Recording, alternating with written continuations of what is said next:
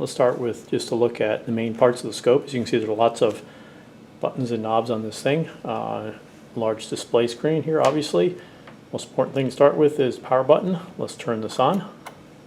It's going to now go through a series of automatic checks, and while it's doing that, let's just talk a little bit more about what else is on the front panel here. Right underneath the display screen, there's a series of buttons. These are called soft keys, and depending on what you do over here, the function of these buttons will change. You'll see, once the screen eventually shows up, you'll see over each one of these buttons there's usually some explanation of what it's doing for you, and depending on what you push over here, that explanation and function will change. Continuing on this side, underneath here, this pin here is actually not an input, but it's actually output. The scope, this particular scope, comes with an internal signal generator that can generate a DC voltage or an AC voltage, and it looks like the scope now is finally finished going through its automatic check, and this is your standard startup screen here. And you can see a few buttons are lit up. Channel 1 is active. You will input voltages into this coaxial connector right here, and they will be displayed as a yellow line. If we wanted to put additional signals into channel 2, we could push this button. Right here you see now 2 is lit up, and if I move this control right here, just turn it, you'll see that actually now this will be displayed in green, and similarly there's a blue and there's something reddish purple for channels 3 and 4 respectively. And for right now, we'll just turn off these other channels by pushing these buttons again. So now we just have channel 1 active. And if you look at the screen, you can always tell where 0 volts is by this little symbol on the side here, which is actually for ground or 0 volts. The 1 means channel 1, and if you look very close, you'll see a little arrow pointing to that to the trace where 0 volts is. 0 time is designated by that little orange arrow there. So this is the standard display screen. You see there's lots of other things going on in the display screen. You'll see your 4 channels here, of which only channel 1 is active, but it says 1 to 1, which means there's no input or gain associated with that channel. There's also some measurements that have already been set up previously on the scope. Your scope may or may not have these showing. It's got peak to peak. This one, for example, would be measuring the peak to peak voltage of channel 2. We'll say a little bit more perhaps about that later. With channel 1 push, you can see these soft keys now, some of them, not this button, but this button, they now have explanations saying what they are. For example, this one says that the scope, this channel 1, is DC coupled. If we push this button, we see we have another choice. We could be AC coupled, which blocks steady voltage or static voltages and only lets time varying voltages through.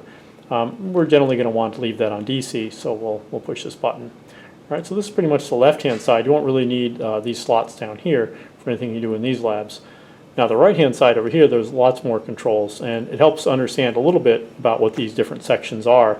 They are grouped together in reasonable order. First thing is there's 4 input channels, the yellow, green, blue, and red, for channels 1, 2, 3, and 4. So this is a 4-channel scope, and you'll be using some labs where you use all 4 channels simultaneously. So that way you can watch what's going on in channel 2 while also watching channel 1. So this might be a drive, and this might be a response, for example, from some system or circuit you're measuring. All right, so the lower section are inputs. These knobs right here are your vertical controls. It says that right here. And there's also hiding in the middle a help button. And as we've already talked, you can decide to turn on or discussed. We've already shown that if you push these 1, 2, 3, 4 buttons, those activate or will display the results going into the channel. So this is how you decide you want to see channel 2 or hide it, for example, by pushing that button. We also saw this knob down here. This is the vertical level control, and by moving this, you see if you watch the screen, you'll see that you can just shift the display, what it calls 0 volts, up and down on the screen. And now we're not feeding anything into channel 1 right now, so there's nothing interesting going on. It's just saying that it's not seeing anything. And we'll come back to what this knob does. This changes the scale, how sensitive the vertical scale is. Another very important knob, you can tell important knobs because they're big. This knob right up here allows you to change the time scale. And right now, actually, you can't really see, but it is sweeping across. And you might be able to see in the video that there's small squares here, roughly a ½ inch or so in size, which correspond to, in the X direction, it's now at 20 microseconds per division. And over here is a label for channel 1. It says 1, it says 2 volts, that's 2 volts in the vertical direction. So let's hook up a signal, and then we can look at what some of these other controls are doing. So what we'll do is we'll use the source from the oscilloscope itself as, again, an internal source. We're going to hook up a coaxial connector, nice gentle, just kind of line up the pins with the pins on the connector, twist a little bit, very gentle, goes in. Now we're taking a signal out of the wave generator and putting it into the channel 1 input.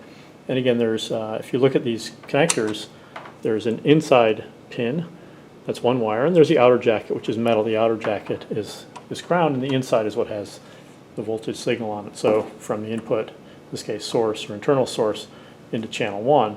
And right now there's, again, still nothing happening, nothing on the display. To activate this source, you have to push this button right here. It says wave gen or wave generator, and once it's on, you'll see the button becomes blue. And now you see there's a sine wave. This is just whatever the default was left in it. You also see when I push that wave generator that the soft keys have now changed, and the first button now lets us control the shape of this wave, the second the frequency, the third the amplitude of the wave, fourth whether we want to shift it up or down and give it a DC offset, and there's some other controls that are hiding behind here. So let's start, let's just see what this button does. It says sine, and the sine is checked off, and sure enough it looks like a sine. It disappears after a little while. If we want to change it, we can use this knob right here, a very important one, the control knob. I just turned that and it went to square. I turn it again, it goes to ramp. Pulse, you can maybe see a very brief pulse coming down here. Well, let's go back to sine. So that's what that does. So if I want to, finish with that or change it, I just, can use this button. All right, let's go back to sine, or I can use this general control knob right there. Just bump the camera. All right. So if I want to change the frequency of the wave, again, I can just I push this button. Let's say I want to go to a kilohertz. That's 1.8, 1 kilohertz, and now actually it doesn't look like a sine wave.